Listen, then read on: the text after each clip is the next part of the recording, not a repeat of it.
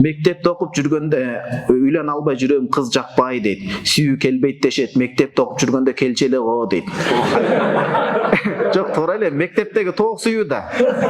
Туурабы? Мектепте тоок сүйүү, өзүнө тыккан, жакшы кийинген, жакшы окуган кыздарга бардыгы эле ашык болушкан да, туурабы, ушул жерде отургандардын. Ал ошондой бир элес сүйүү деп айта албайбыз, ал сүйүүнүн элеси. Күн чубактап бир кеткенде эле ал сүйүүнүн элеси. Азыр ошол жүрөгүң тыз этет, иншалла калганы чыныгы сүйүү никеден кийин башталат. Никеге чейин ал мындай жактыруу. Сиз айткандай мындай жакшы элес болот. Жакшы экен, жакшы аял болчу да, жакшы күйөө болчу, бир болсо түгөйүң ушул деп. Сүйүүнү айттык го биз. Никеден кийин жарым нанды бөлүшүп жеп жашоо ошол сүйүү болот. Өттүк го биз мына. Фатима Самаркандык Фатима энебиз бул дүйнөдөн өткөндө 6 жыл кабырына каттаганда мына ошону сүйүү дейт. Аял уруксат сурап атат. Самаркандка кайтсак болот. Катын, качан эле кыргызды аял билет эле, же билет эле, отур үйдө деген жок да. Аялынын ордун билип сыйлап атат. Падыша келип эсептешип атат. Калсаңыз болобу, сиз кетсеңиз береке кетет. Могу ислам мамлекетинде көп сиз устун болосуз, керек болосуз деп атат. Мисалы да. Карасаңыз, бул эмне деген сый урмат. Ошон үчүн сүйүү иншалла никеден кийин келет. Сөзсүз. Сизге өткөндө аят окуп бергем. Азыр сиз жаң келип атсаңыз, кайра кайталап берейин.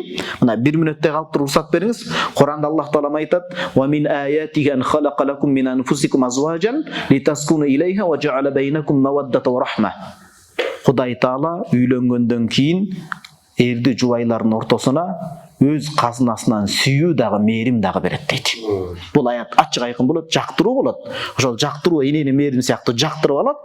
Энесине окшотот, бул атасына окшотот, жакын адамы. Үйлөнгөндөн сүйүү анан келе баштайт. Бирок үйлөнгөндөн кийин сүйүүнүн пиги бар. Ал 5 жылдан кийин келет. 5 жылга чейин бири-бирин көнүккөнгө чейин сабыр керек. 5 жыл жаңы үйлөнгөндөр сабыр кылыш керек. Кудайым бала берип калса жакшы болот. Сабыр кылып бири-бирин көнүп билгенден андан аяп калат да, бири-биринчи айттырбай эле түшүнүп калат. Көз карашынан эмне дейин деп атат дейт. Айтты көрдү дейт. 5 жыл сабыр кылыңыз эле иншалла. Жок, ушундай бир жан болуп калат экен да.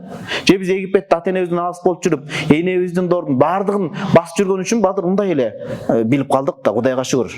Ошон үчүн 5 жылдай бир аз сабыр кылыш керек, анан сүйүү акырын келе баштайт. Анткени 5 жыл ичинде сиздин жаз болот, жаз жарышы эктиңиз, анын мөмөсү күз болуп, анан көктөй баштайт. Кээ бирөөлөр биринчи жылда эле көктөп кетишин талап кылат да. Мени карабайт, бакпайт. Бул бала эле.